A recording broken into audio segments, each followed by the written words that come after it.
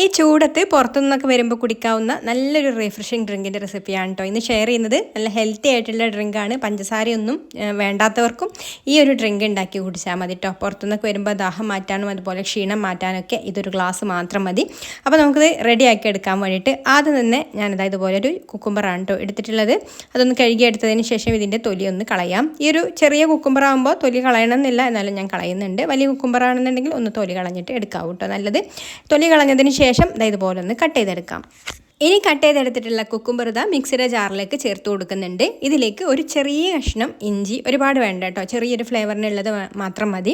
പിന്നെ കുറച്ച് mint leaves ചേർത്ത് കൊടുക്കുന്നുണ്ട്. ഇനി നിങ്ങൾക്ക് ഇതിലേക്ക് കറിവേപ്പില വേണമെന്നുണ്ടെങ്കിൽ മിൻറ്റ് ലീവ്സിന് പകരം അത് വേണമെന്നുണ്ടെങ്കിലും ചേർത്ത് കൊടുക്കാം. പിന്നെ പാകത്തിനുള്ള ഉപ്പ് ചേർത്ത് കൊടുക്കാം. അതുപോലെ തന്നെ നമ്മളിതിലേക്ക് പുളിക്ക് ആവശ്യത്തിനുള്ള തൈര് കൂടെ ചേർത്ത് കൊടുക്കുന്നുണ്ട് കേട്ടോ. അപ്പോൾ നമുക്ക് എത്രത്തോളമാണ് പുളി വേണ്ടത് അതിനനുസരിച്ചിട്ട് ചേർത്ത് കൊടുത്താൽ മതി കേട്ടോ. തീരെ പുളിയില്ലാത്ത തൈരാണെന്നുണ്ടെങ്കിൽ കുറച്ച് കൂടുതൽ ചേർത്ത് കൊടുക്കേണ്ടി വരും. പുളിയുള്ള തൈരാണെന്നുണ്ടെങ്കിൽ കുറച്ച് ചേർത്ത് കൊടുത്താൽ മതി. ഞാനിപ്പോൾ എടുത്തിട്ടുള്ളത് അധികം പുളിയില്ലാത്ത തൈരാണ് കേട്ടോ. അപ്പോൾ ഞാൻ ഒരു 1/4 കപ്പോളം ചേർത്ത് കൊടുത്തിട്ടുണ്ട്.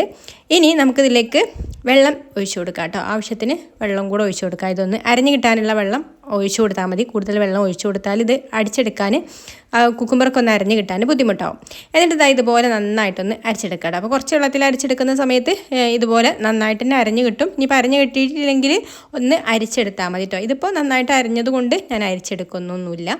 ഇനി ഗ്ലാസ്സിലേക്ക് ഐസ് ക്യൂബ് ഇട്ട് കൊടുത്തിട്ട് നമുക്കിതാ ഈ ഒരു ജ്യൂസ് ഒഴിച്ചു കൊടുക്കാം. നമുക്കൊരു സംഭാരം കുടിക്കുന്ന ആ ഒരു രീതിയിലുള്ള ഒരു ഐറ്റമാണ് കേട്ടോ. ഇത് ഒരു ഡ്രിങ്കാണ്. അപ്പോൾ ഒന്ന് ട്രൈ ചെയ്ത് നോക്കിക്കോളൂ. നല്ല ഹെൽത്തിയാണ്, നല്ലൊരു റിഫ്രഷിങ് ഡ്രിങ്കാണ്.